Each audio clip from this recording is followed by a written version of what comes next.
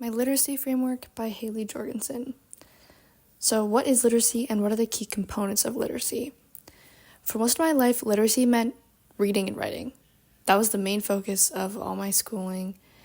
And then I came to learn that literacy can also be in a specific topic, like financial and digital literacy, because there was a financial literacy class at my school, and also in university I've taken an educational technology class where we talked about digital literacy.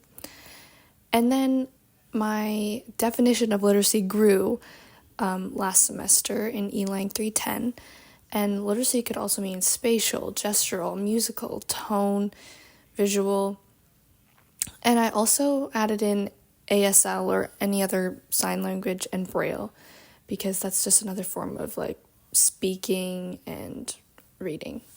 So why is literacy important? It's important because it's our society's way of communicating.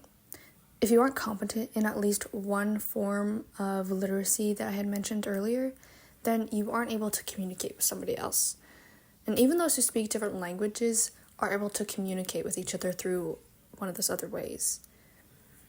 Literacy is also a way of expressing ourselves, so we can express ourselves through speaking, writing, art, dance, music. And why do learners need to learn literacy? Because our students need to learn how to be independent and expressive human beings. And so they can enjoy literature, follow directions, read signs, like parking signs, and express themselves through writing, as that goes hand in hand with reading. Why do our students need to learn specifically literacy in English? Well, it's become the most spoken language due to our need to westernize and anglicize everything. We have forced our indigenous peoples to speak English, so they lost their language.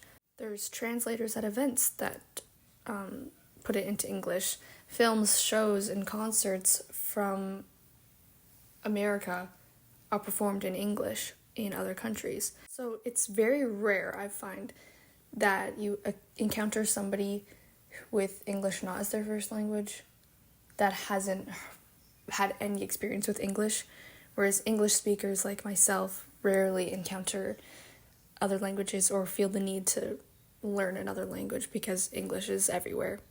So how do we learn to read and write? I believe that most of our learning of English comes from getting read to, more so one-on-one, so like your parent reading to you. So one of your parents would point to the words, the letters for each sound, so then you can follow along. And by doing this, I feel like kids will have a rough way of the letters and what sounds that they make. But I feel like kids also need to have more structured learning as well. So learning the specific letter rules and word rules and exceptions to those rules and specific reading strategies so they can improve and get onto more of a higher level of reading and writing. The best way to get children interested in learning to read and write is to offer books that they're interested in. Offer specific feedback to the individual. Pinpoint specific reading strategies that you think would work best for them.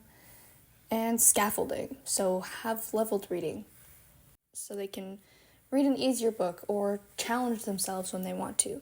I believe the main role of assessment in literacy education is assessment for their learning, not of their learning.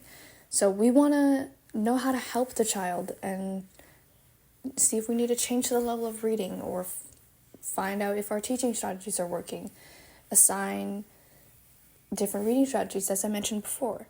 And we need to make sure that we're doing this more than just at the end of a unit or something, because literacy is not just confined to one unit or subject. It's also important to keep in mind a child's home life and their sociocultural context that affects their literacy practice. So in some homes, parents might not read to their children due to time or just beliefs. And maybe their culture focuses more on oral or visual representations rather than reading and writing, which in my experience is the most recognized forms of literacy. So, for example, in indigenous cultures, storytelling is very, very major, whereas written isn't so important. So with that in mind, and thinking about other diverse learners as well, I think offering a variety of options to show their understanding, for example, this assignment where we have an option to write or do an audio recording, I think is a very good way to incorporate their values into education. And if you have a student who's an English language learner, try to become aware of any language differences and similarities. So is there a word that sounds the same in their language that it is in English, and try to make the connections there. Or maybe they speak a different dialect of English, so a word that I say might have a completely different meaning in their community, even though it's still the same English word. So just try to be aware of where your students come from and understand their funds of knowledge that they bring into the classroom. Additionally, it's also important to provide a lot of visuals for those who are struggling to learn how to read or they're just learning English. And you also want your materials to show the wide variety of individuals that are in your classroom, and you want to make sure everyone's reflected in at least one resource that you look together in class. I also think it's important to discuss homework because first off, kids need to be kids. They don't need to spend more of their home life thinking about school when they're there for 6 hours a day. But also, not all students have the parent or adult to help them. So it's important to think about why a student might not have homework done.